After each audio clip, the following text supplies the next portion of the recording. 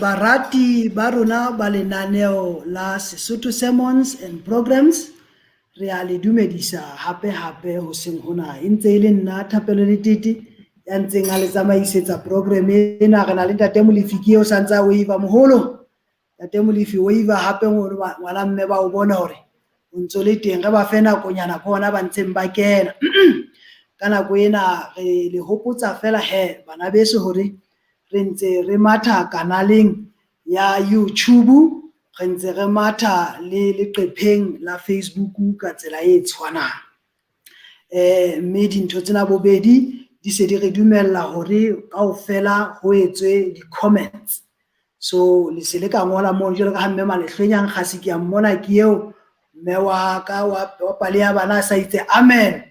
Ntate bo amen bo ntate ke a o bona mme Mangkgasi mono ho ntso ngola. Ke a thaba hore le ntse le ena le rona hoseng hona. Thero ya rona ya letsatsi re tla e fuwa ke ntate moholo wa rona kwa Ntla le Molefi. E bitswa fela Veini ya Babilona, ke karolo ya bobedi. Tla hopola hore o ile a re fa Veini ya Babilona karolo ya pele moraonyana hwane, jwale kgetlo lena o sa re fa karolo ya bobedi. Jwalo ka mehla re tla kopa hore le boteng mona di-comments-eng, e le tsa YouTube e le tsa Facebook, le re ngolle dipotso tsa lona. Haeba dipotso di ntse di hlaha, le se tshabe le di ngole mono, jwale re tle re di address qetellong ya thero ena le Ntate Molefi. Ntho enngwe hape eo ke le memelang yona hore le ngole le boteng mono moo le leng hona teng, ke dikopo tsa thapelo. If you have prayer requests, dikopo dife kapa dife tsa thapelo tse nang le tsona, le di behe mono le tsona, re tle re tsebe ho tla di addressa hang ka mora ho thero ena ya letsatsi lena. Bana beso ke a le bona ntse le kena ka bonngwe jwalo, ke ne ke re ke nne le fe nako re lebohe pale ya hoseng eo re e fuweng, pale ya bana eo re e fuweng ke mme Anastasia Dube a re fa yona le ka ho lena la Tshwane, action ya hae le morena wa rona morena Jesu Kriste. Ka nako ena bana beso ke nako ya thero ya rona ya ntate eo re tla e fuwa ka molomo wa moholo kwa Ntla le Molefi. Empa pele re mo fa sebaka seo, ke kopa re inamiseng dihloho ha re qala ka thapelo.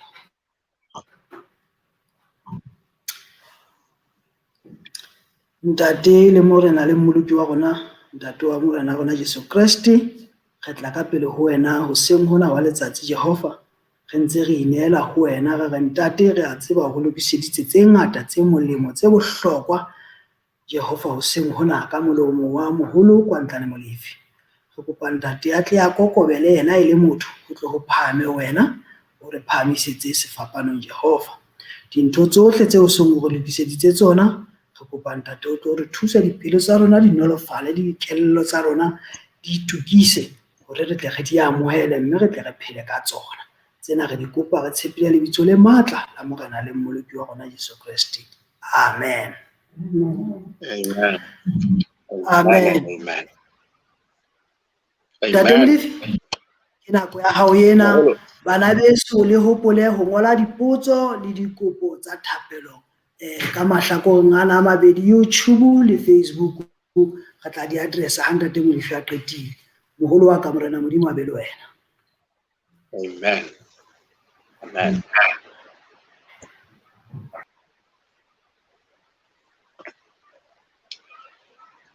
Ke rata ho nka sebaka sena ho le dumedisa lona babuhi ba Kgabane. Ke le dumedisa ka lebitso le leholo, lebitso le letle, lebitso la morena wa rona e leng Jesu Kriste. Amen. Re thulana sabateng ena e ntle, sabateng e halalelang ya morena wa rona e leng Jesu Kriste. E le nako eo ke dumelang ruri hore morena o le bolokile, morena o le baballetse. empa le bao e bang mohlomong bophelo ha bo botle, empa re lokela re lebohe hore mohlomong o fane ka sebaka sa hore re bohe mmoho hona jwale. Ke rata hore ke nke sebaka sena ka hore re ke re buele moraonyana hanyenyana. Letsatsing lena la kajeno re tlotla re tswela pele ka sehloho se reng veini ya Babilona. Jwale re nka seo re se bitsang karolo ya bobedi. Ho kgutlela morao hanyenyane hwa rona ke ho bontsha le ho supa fela hore re tla hopola hore re ne re ila ra sheba taba ena ya veini, re sheba ka mekga e mmedi. Mokgwa wa pele e le wa hore Israeleng kwana kapa Judeng kwana ho ne ho ena le veini e hlwekileng e le lero la morara leo motho ha le sebedisa a le enwa ha le kena mmeleng wa hae le fana ka bophelo, le fana ka melemo e meholo. Empa wa boela ha eba le veini ya Babilona. Ga sheba mokgwa wa bobedi e leng wa veini ya Babilona. Veini ena ya Babilona ha la ga sheba re fumana mane kgaolong ya Daniele, kgaolo ya 5. Jwale ya ba re a ithuta hore veini ya Babilona ka boyona ba yona ke veini e tayang, ka lebaka la hore ke veini e ilang ya lomoswa ka hona ya ha e se lomisitswe ya ba jwale ya hlweba, ya ba jwale ya bela, jwale qetellong ya taya. Mme ke rata hore ha ke le boemong bona he ke tle ke tsitse tabeng ya ho hlakisa hore motho ya mong le mong ha phela bophelo ba bo phelang, o phela ho latela seo maikutlo a hae ka kelellong a mo fang sona, ho latela kgodiso ya hae, ho latela dintho tseo a ithutileng tsona, ho latela dintho tseo a di rutuweng. Jwale ke mona moo Kreste a fihlang ha sebetsana le taba ena ke qetang ho e hlalosa, jwale a fihlang a nka veini a bontsha hore veini e emela thuto tseo motho a di dumelletseng kapa tseo a ilang a susumetswa hore a di kenye ka ho yena ho lokisa maikutlo a hae hore ka moso e tlebe motho ya phelang bophelo jwang e le hobane a dumela eng. Taba ena e bohlokwa haholo, mme ka hona le thuto tabeng tsa semoya, thuto tabeng tsa hore na hantle Modimo ke mang, thuto tabeng tsa hore na ya faneng ka bophelo ke mang, eo bophelo bo qalang ho yena kapa bo qadileng ho yena ke mang, e bohlokwa haholo.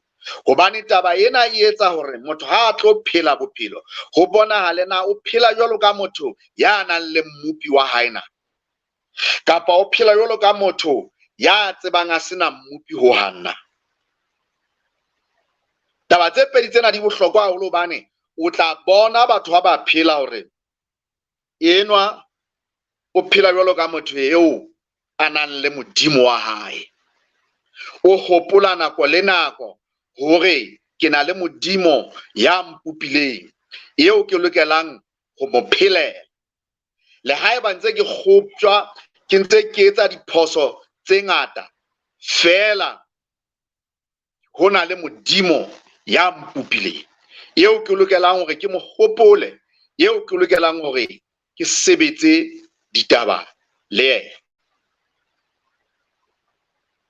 Lebitso la Morena Jesu ha le bokwe.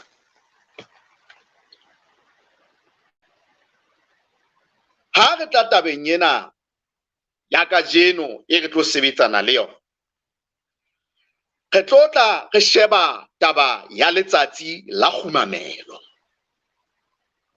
Letsatsi la kgumamelo nalane se re file, ha re hloke le hore re ipotse potso tse ngata. e se re bontshitse nalane hore ruri letsatsi la khumamelo ke taba ya bohlokwa. Ke kopa tshwarelo hanyane fela mmuhi ke fetise taba ke ena e bohlokwa haholo.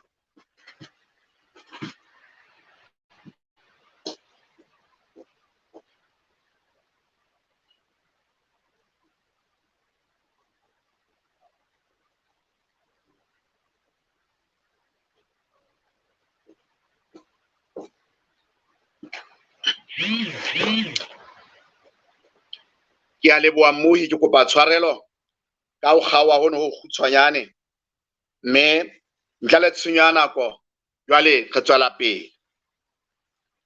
Jwale taba ena ya letsatsi la khumamelo ke ne ke qeta ho hlakisa hore e bohlokwa haholo. Nalane se re bontshitse hore tshebetsong ya ditumelo tse ngata ho kenyeletsa Bokreste ka kotloloho, letsatsi la khumamelo ke taba e bohlokwa haholo. Ha re bua ka letsatsi la khumamelo, re bolela hore beke e matsatsi a supileng, empa ho qetella tumelo tse itseng di kgetha letsatsi le itseng leo le fetohang la khumamelo, leo e leng letsatsi leo ba phutehang mmoho ho khumamela seo ba dumelang ho sona. Jwale Bakreste ba tla kopana ba khumamela Jehova Modimo yeo ba dumelang hore ke mmopi wa bona, mme ka hona o lokelwa ke khumamelo. Veini ya Babilone e tla re ha re tswela pele ho tla utlwahala hore na taba ena ya letsatsi la khumamelo jwale ke yamahanya jwang le taba ya veini ya Babilone. Ke rata hore ha re le motsotsong mona ke tle ke bale buka ya tshenolo kgaolo ya 14 temana ya botshelela. Tshenolo 14:6.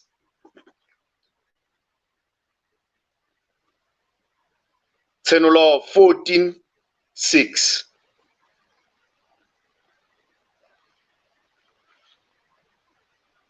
Mme pele re bala ke tle ke supe hore kwana tshimoloho kgaolong ya 20 ya buka Exoda re sheba temana ya 80, re sheba ya 10, re sheba ya 11, ka fumana mo Modimo molaong ya hae jwale a behang Sabata le karolo ya melao e le lona letsatsi la khumamelo.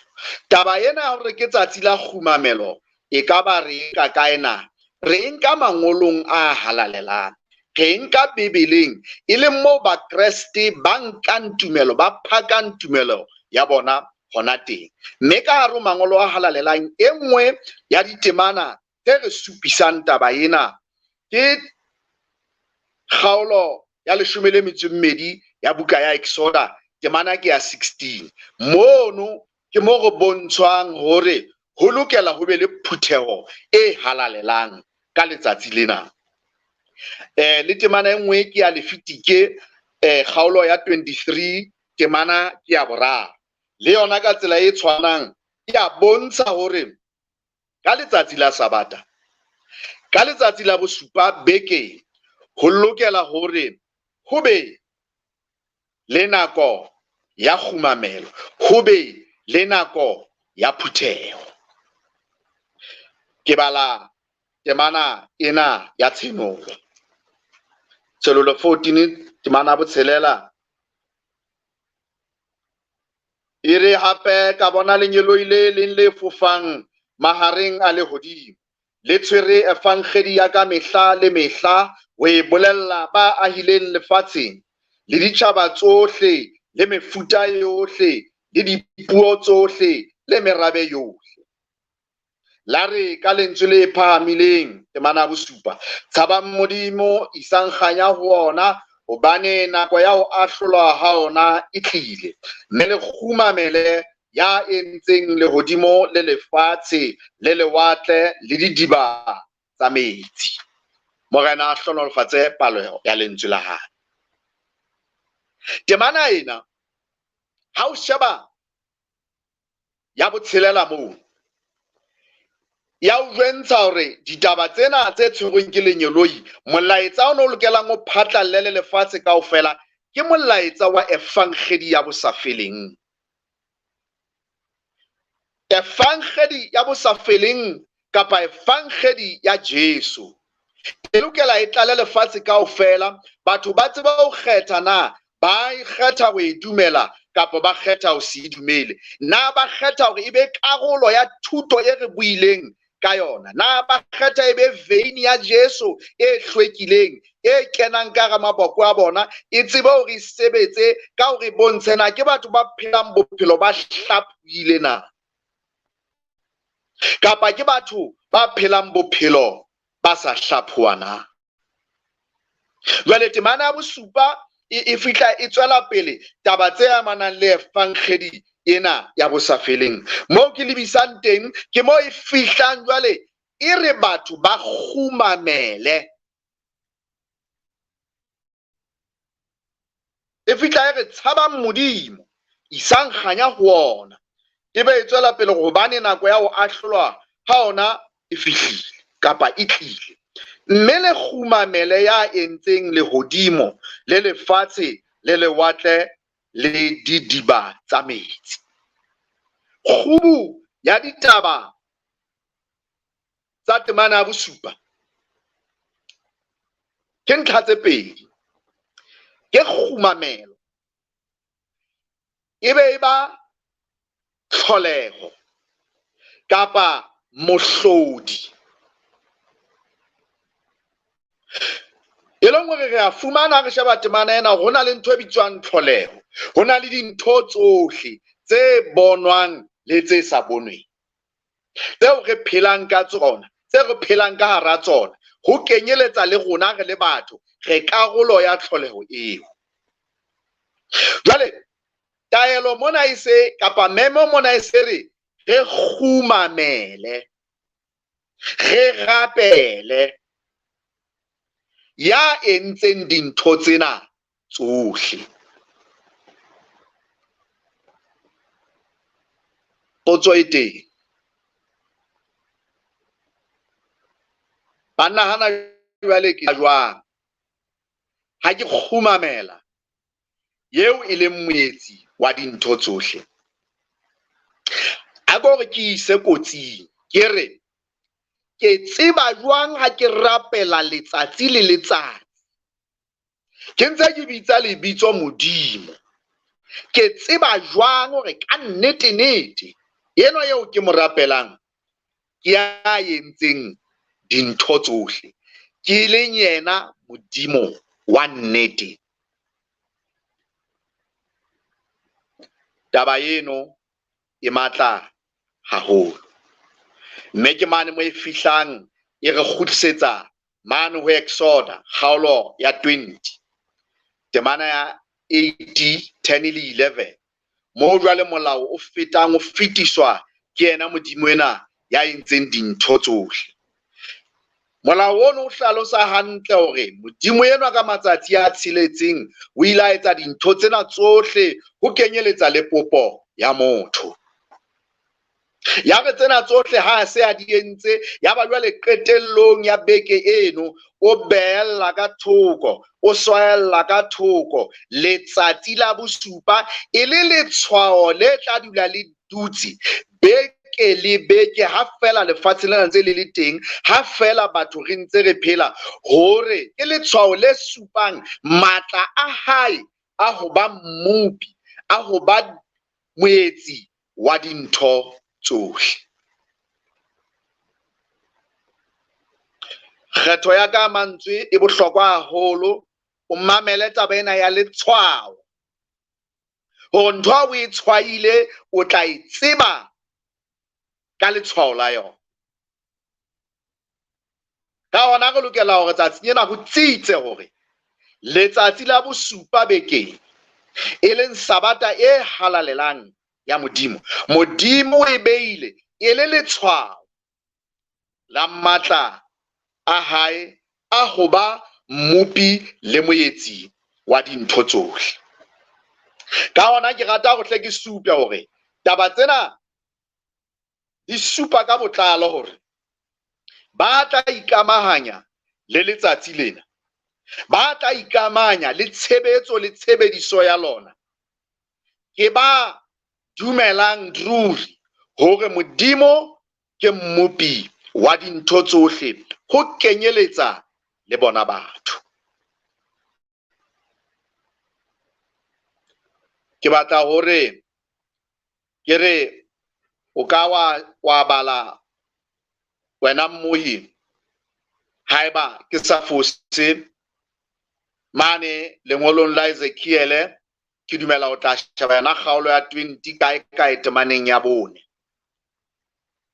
O tla fumana ditaba tsena di ntse di tiiswa hore ruri modimo enwa ke modimo ya entseng dintho tsohle, mme o beile letsatsi lena hore beke le beke ba le bolokang, ba ikamahanyang le lona, ebe letshwao le tiileng hore ba dumela ruri ke moetsi wa dintho tsohle. Ka hodimodimo ba dumela hore ruri ke yena modimo ya ba halaletsang.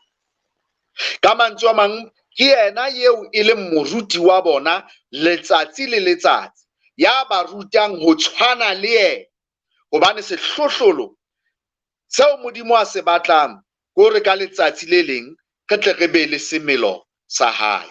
Taba eno ha se taba e re emelang, ha se taba e beetsweng date e itseng kapa letsatsi le itseng leo re lokelang hore re eme re le emele. Empa ke ntho e hloka hore letsatsi le letsatsi mangolong a halalelang re dumelle modimo enwa hore a re rute, a re bontshe na ho tshwana le yena ho bohlokwa ha kae, na ke ntho e molemo ha kae maphelong a rona. Me ke rata hore ha re le mona he, re batla re ila ra sheba taba tsena tsa letsatsi la Sabata, re batla re tsepamisitse maikutlo a rona testamenteng ya kgale mangolong a halalelang. Mme ha se ona fela mangolo a buang ka taba ena, empa ka hobane hona le mo re habileng teng, ha re tlo tsepama haholo ho Sabata e le thuto, e ka ba thuto eo re fetisang. Re batla re tsepamela mo re tlo bua ka taba ena ya veini ya Babylon. Ka hona re fana ka setshwantsho seno, jwale ba re fetela pele moo re lebang teng. Re tla nne re shebe hape he taba ena ya Sabata ka hare ho testamente e ntjha.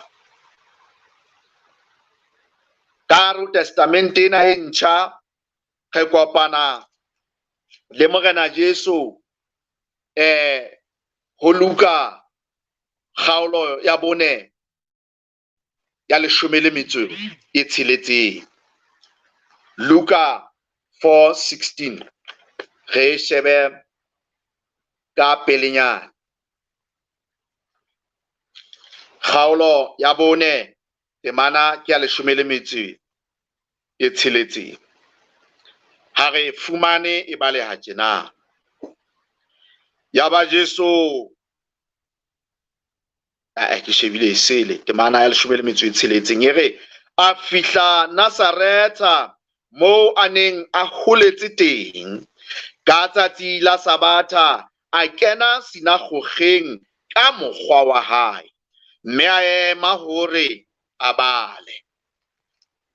Taba ena ba bangata o tla utlwa ba re hai taba tsena tsa melao ya modimo, taba tsena tsa bo Sabata le tse tshwanang le tsona ke ditaba tsa testamente ya kgale kwana. Ha e sa le taba tse re lokelang hore re di shebe testamenteng e ntjha, re di shebe mosebetsing wa Jesu moo a ileng a hloma kereke ya hae. Empa temana ke ena ya re bolella hore Jesu o ne a ena le mokgwa wa hae, o ne a ena le moetlo wa hae, o ne a na le tlwaelo ya hae, e le go hona le seo a na itlwaeditse ho se phetha. Ho a utlwala hore o na senka se le bohlokwa. Re bolellwa mona hore seo e ne e le ho theohela sinagogeng, kapa ho theohela tempeleng, kapa ho theohela mane mohahong wa kereke. Jwale ebe o lo phutheha teng jwalo ka ha e ne le tlwaelo ya hae. Sena o na sa se etse ka letsatsi lefe kapa lefe ho latela temana, o ne a se etsa ka letsatsi la Sabata. Ha o bala kgaolo e tshwanang, o tla fumana hore ho la ba le kae moo qetellong ya thuto ya hae a ilang a qhwediqhwedisana le baneng ba mo mametse, hobane veini ena e ntjha ya nang a e ruta e lang ra bua ka yona ke veini e matla haholo. Jwale boholo ba bona ba ne ba etlela ka makuka a kgale, kapa ba etlela ka maikutlo a kgale, ba etlela ka dikutlwisiso tsa kgale. Jwale e ne e re ha e bua ebe ya ba sokodisa, ebe ba mo kwatela, ebe ba mo halefela. Re bolellwa hore ba ile ba fihla selomong moo ba neng ba re ba mo diela hona teng, empa e la re ha a fihla boemong bono ya ba bona a itswela ka hare ho bona, a ba siya ba le moo. Thahasello ya ka e kgolo ke hore ha o fihla qetellong ya ditaba tsena, temana ya 31 e re yaba o theohela ke yena Jesu Kapernauma, motse wa Galileya, mme o na a ruta batho ka matsatsi a Sabata. E leng hore taba e re lokelang hore re e utlwisise, re ithutang yona kgaolong ena, ke hore re bona Kreste, taba ena ya Sabata e hlile le taba e bohlokwa haholoholo. Re fumana hore o ne a ba masinagogeng kapa a be dibakeng tseo a ntsa ruta batho, a etsa mosebetsi wa kgumamelo, a etsa mosebetsi wa ho bolela evangeli ya hae. Lebitso la Morena Jesu le bokwe. Ke itse ka jeno re sheba karolo ya bobedi ya thuto e reng veini ya Babilona. Testamenteng ena e ntjha ke rata ho pheta hore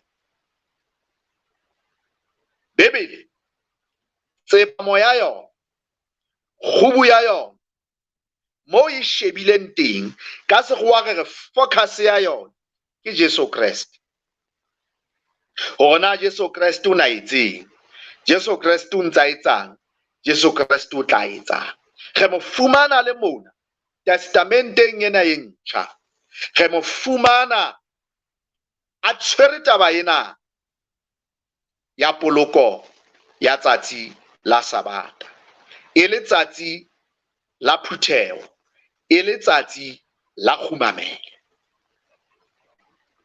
Ya ba motho e mong hore atjhe, empa jwale na ho jwalo na, hobane haeba le re Morena Jesu o ile a sebetsa ka tsela ena eo le bolelang ka yona kamanong letsatsi lena la Sabata e le letsatsi la kgumamelo, na le ba apostola ba fumanwa ba etsa jwalo na?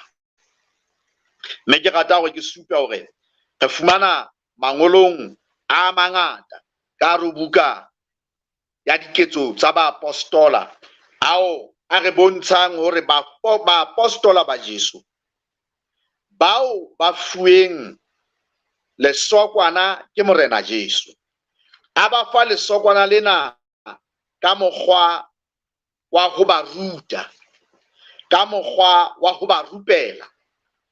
Re fumana le bona ka tsela e tshwanang ba ne ba ruta, ba bile ba boloka letsatsi lena la Sabata. ke rata hore ha go tshwanyane re shebe kgaolo ya 13 ya buka ya Diketso.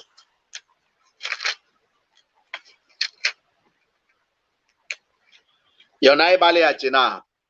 Paulosi le ba nang le yena itse hobane ba tlohe Pafose ba fihla Perge, motse wa Pamfilia, empa Johanne a kgaohana le bona a kgutlela Jerusalema.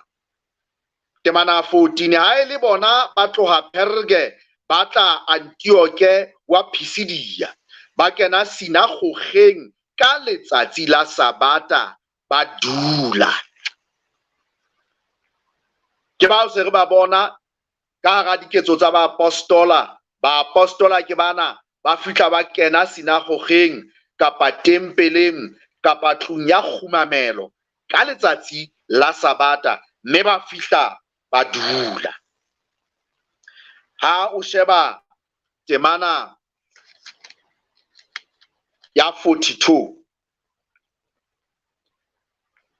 hona kgaolong e tshwanang ere itse hobane ba tswe sinagogeng ya Bajuda, baditjhaba ba rapela hore ka Sabata e tlang ba bolellwe ditaba tseo le bona.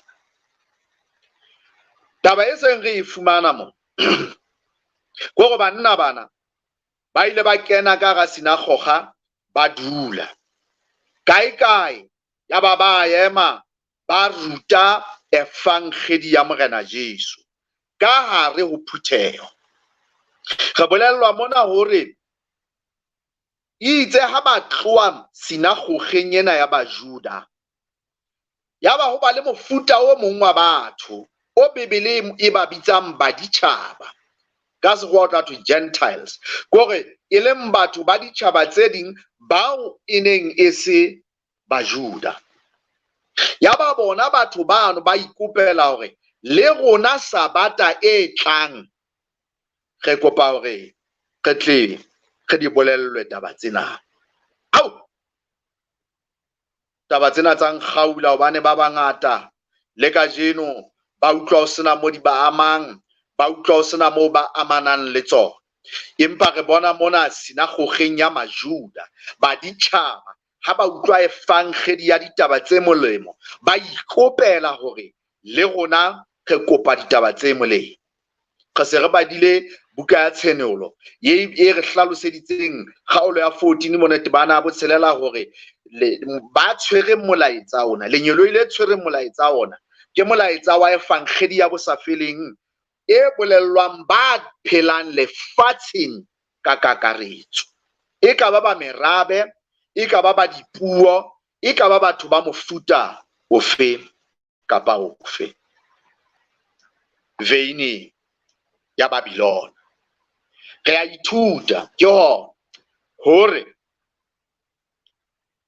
Sabata ile a thakgolwa ke Modimo tshimolohong. Modimo a tswela pele a sebetsa ka yona hore fumanang e phela e le teng le ka hare ho testamente e ntjha. Re fumana ho Kreste ha a fihla a hloma kereke ya hae.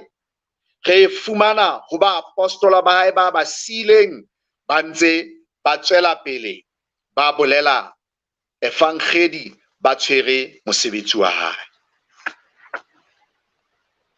Empa jwale potso e teng ke ena, o latela lengolo la Luka kgaolo ya 23 temana ya 26, re fihla re fumana hore letsatsi la kgumamelo ke letsatsi la Sabata leo beke le beke re tlwaetseng ho le bitsa hore ke la Moqebelo rona Basotho, empa ka Senyesemane o tla thwe ke Saturday. Tsena re ithuta tsona hobane lengolo lena le buang ka lona le ha o balabala moraonyana o tla ithuta hore ba neng ba ilo tlotsa setopo sa Kreste, basadi bana Re bolellwa hore ba ile ba potlakela ho etsa jwalo e le ho hlokomela go Sabata e ska ya ba otlela. Ha ba se ba phethile jwalo o tla utlwa hore ho so thwe early Sunday morning. Ka mantswe a mang ba ile ba phetha sena jwale re a elellwa hore Sabata yena la tlohelwa ile jwalo, empa ba boela ba phetha mosebetsi tsatsing la pele la beke.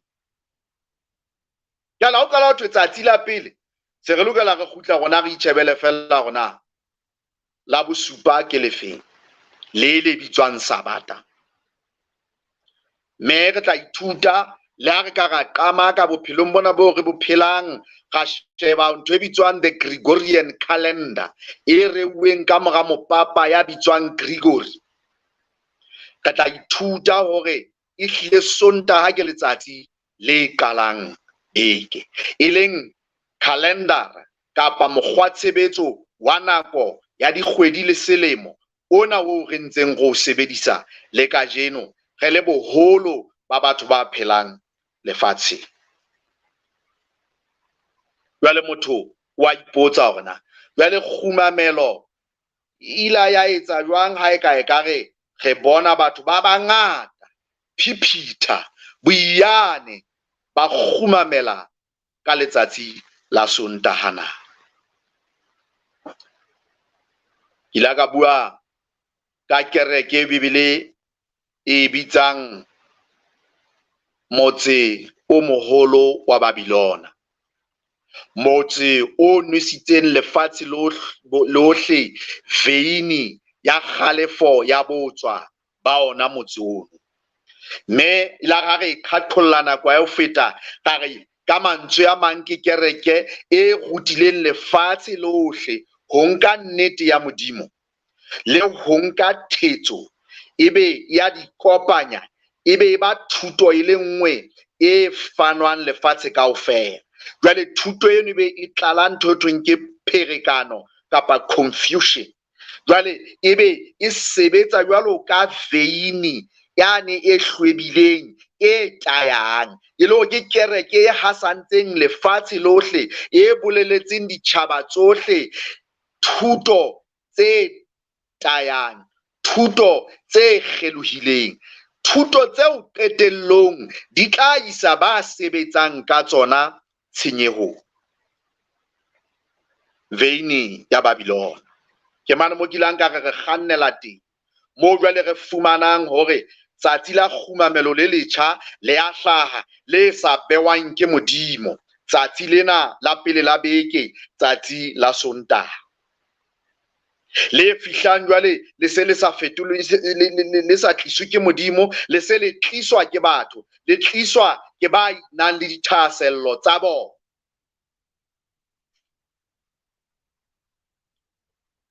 Ebe motho o ipotsa potso hore na Jesu Kreste kapa Modimo na o kila a fetola letsatsi la kgumamelo na? Haeba potso ena re ne re e botsa Jesu Kreste, re ne re tla re Morena Jesu Kreste, ana o kila ka wa fetola letsatsi la kgumamelo na? Ana o tlositse nako ya kgumamelo le phutheho ho tloha letsatsing la Sabata wa isa ho la Sontahana?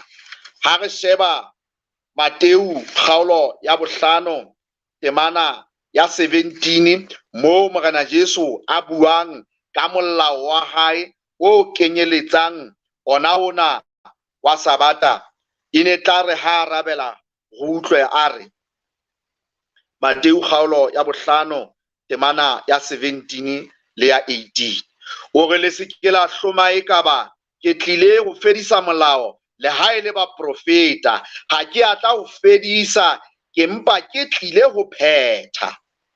Hobane ka nnete ke a le bolella ke re lehodimo le lefatshe ha di so ho fete, jota le ha e le nngwe, le hlaku le ha e le nngwe ya molao e keke ya feta, weso ho etsahale ntho tsohle.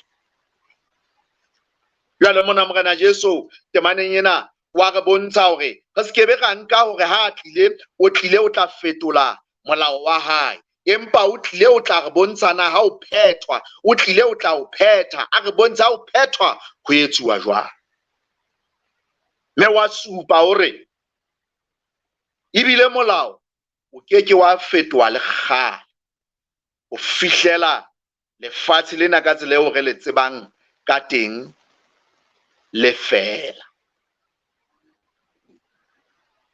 Moya kgabane ditaba tsena di mahlonoko haholo hobane di bua hantle le wena, di etsa hore o ipotse dipotso hore na hobaneng ha ke phela ka tsela e ke phelang ka yona, na ke motho a phelang a bontsha hore ho na le Modimo mahodimong na ke motho ya phelang ruri jwalo ka motho ya hopola go ka letsatsi le lefatshe le tla fela na.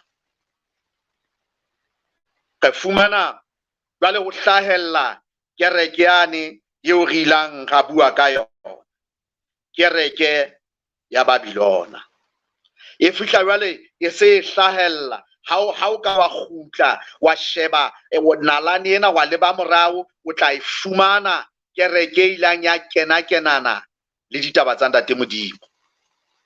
Kgaolong ya bosupa ya buka ya Daniele ya hlaha kereke ena, ha e hlaha mono e hlaha e le lenakana leo re bolellwang hore le ilalang ka dikgato tsa ho fetola melao ya Modimo le ho fetola dinako, mme motho le ne le bua dipuo tse kgolo tse kgahlanong le mookamedi ya phahameng e leng Jehova Modimo. Dipuo tsena tse kgolo di bapa hantle le taba ena ya veini ya Babilona ho tlisa dithuto tse kgelohileng, ebe re di bolella batho, ebe batho ba bonala e ka ekare ba kena kereke ya bokreste fela ha o so e batla ebe o fumana hore hona ha se bokreste, mona ho so ho ena le phoso hobane ho nkuwe thetso ena ya fihla ya kenywa kapa leshano la nkuwa la fihla la kenngwa la tswakuwa le nnete ya ba ho hlaha thetso. Ke batla hore hanyenyane ke emo kereke ena ya Babilona e botswang potso, hlooho ya yona ya botswa bukeng e nngwe e bitswang Katekisima eo e bonahala e le ya 1910. Ho thwe potso e re na hantlentle tsatsi la Sabata ke le feng mookamedi? Wa arabela hore Saturday is the Sabbath day. Ha arabela hore Moqebelo ke yona Sabata. Wa arabela hlooho ya kereke ya Babilona, yena eo ehlileng ditaba tsena di ka tsa nkuwang ho yena ka kotloloho. Jwale potso e latelang eno e fihla e hlaha ka sekgwere, why do we observe Sunday instead of Saturday? Hobaneng ha re boloka Sontaha e seng Moqebelo na? Ha arabela hore we observe Sunday instead of Saturday because of our church. Ka baka la kereke ya rona, in the Council of Laodicea AD 336 transferred the solemnity from Saturday to Sunday. Ore re boloka tsatsi lena la Sontaha e seng la Moqebelo hobane kereke ena ya rona tulong ya yona selemong sa 336 ka morao ho Kreste ila ya tlosa kgalalelo tsatsing la Moqebelo ya ba isa ho tsatsi la Sontaha. Ke itse taba tsena di mahlonoko, ha se nna a tla dula mona a o tsomela nalaneng hore na ke mang ya entseng ditaba tsena, ke kereke e fe e entseng ditaba tsena. Mosebetsi wa ka ke hore ke dule mangolong, ke bue ka kereke ho thweng ke Babilona ho latela buka ya Tshenolo, buka e bolelang hore Babilona o nwisitse ditjhaba tsohle veini ya botswa ba kgalefo ya hae. Ditaba tsena di ngata tseo e leng bopaki bo feletseng ba moo kereke ena Babilona e nkang boikarabello ba hore ke yona e entseng batho, e rutileng batho hore ba bokane ka lebitso la Jesu, ba kgobokane ka tsatsi la Sabata, ba khumamele ka lona ka tsatsi la Sontaha, ba khumamele ka lona, ba be ba boloke lona.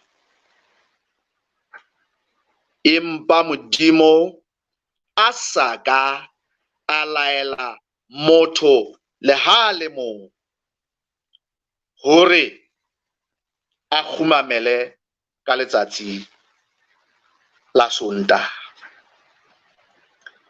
Buka e nngwe eo ke neng ke shebile e bitswang, le yona ke hlokometse hore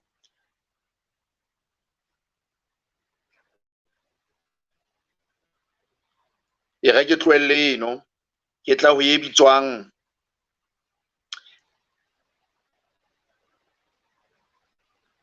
ke bona fela ho se ngodilweng se ne se bitswa An Abridgment of the Christian Doctrine, page 58. Re bolellwa mona hore buka ena e re potso e ahla, by whom was the Sabbath changed? Ke mang a ileng a fetola tsatsi la Sabata na? Karabo e re by the governors of the church, ka baokamedi, ka batsamaisi ba kereke. Ke bona ba fetotseng letsatsi la khumamelo ho le tlosa tsatsing la Moqebelo, ho le tlisa tsatsing la Sontaha. Ditaba tsena ha re ntse re di bua mo ya Kgabane, o lokela o utlwisise hore ka nako eno Modimo o ntse a setse mane maitseng ho fihlela lefatshe lena le feta, Jota e le nngwe fela, Tlhaku le le nngwe fela ya molao wa ka e keke ya fetoha. Mme taba tsatsi la Sabata ke karolo ya melao e 10 ya Jehova Modimo. Au, ditaba tse mahlonoko ruri. Se ngoduleng se seng seo ke se shebileng mona ke seo se ngotsweng Library of Christian Doctrine. Why don't you keep holy the Sabbath day?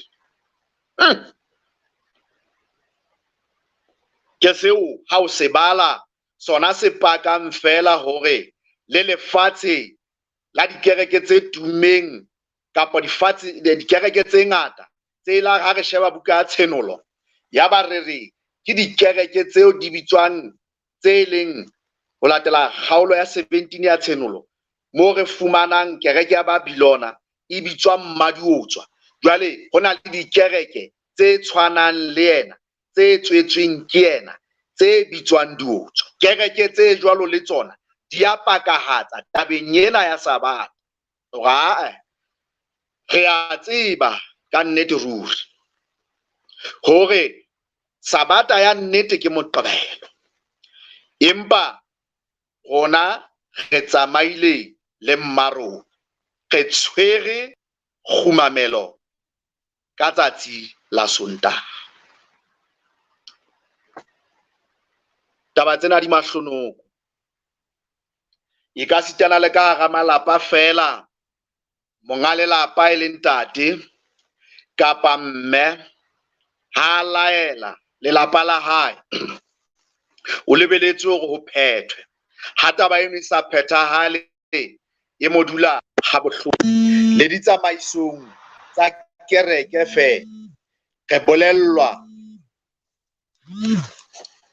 ehla ha re bala ditemana hore motho ya lokelang ho tsamaisa kereke e lokela ebe motho ya laelang ntlo ya hae hantle.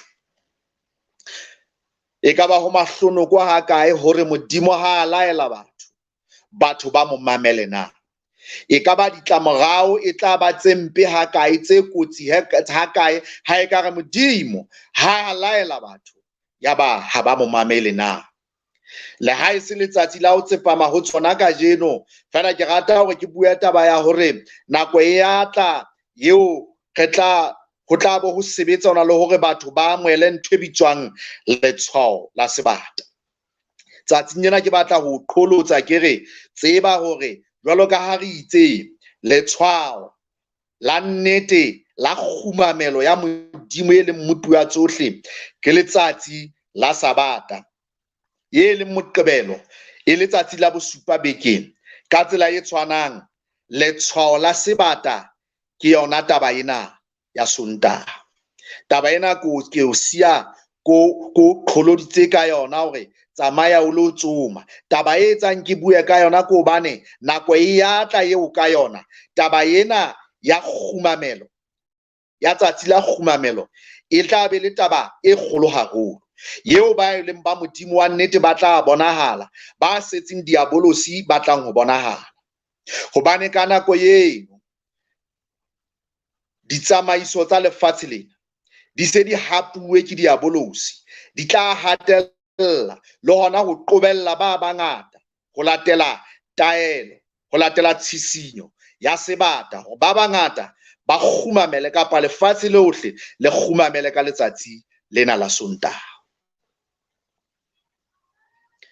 Potso ke ena, ha ke fera ditaba tsena, e ka ba o batla ho ba ka karolong ya Modimo kapa o batla ho ba karolong ya batho kapa ya diabolosi na?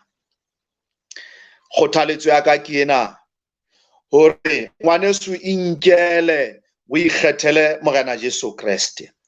O ikgethele Morena Jesu Kreste eo buka ya Johane kgaolo ya pele e reng ke yena moetsi wa dintho tsohle, hobane re ha hona eng kapa eng e ilang ya etswa ka ntle ho yena.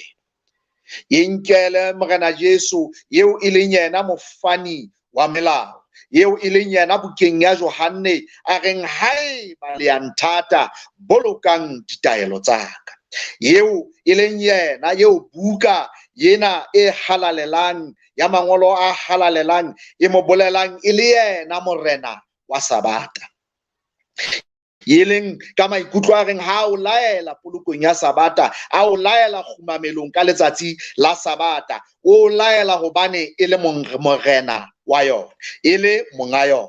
Inkele Morena Jesu, inkele Morena Jesu hobane ke yena mopholosi, hobane ke yena re shweletseng sefapanong hore nna le wena re tle re be le bophelo bo sa feleng. Ha o thuse ho kgahlisa dikereke, ha o thuse ho kgahlisa marena a lefatshe, ha o thuse ho kgahlisa metswalle, ha o thuse ho kgahlisa malapa, e ba re qoba nnete ya Modimo.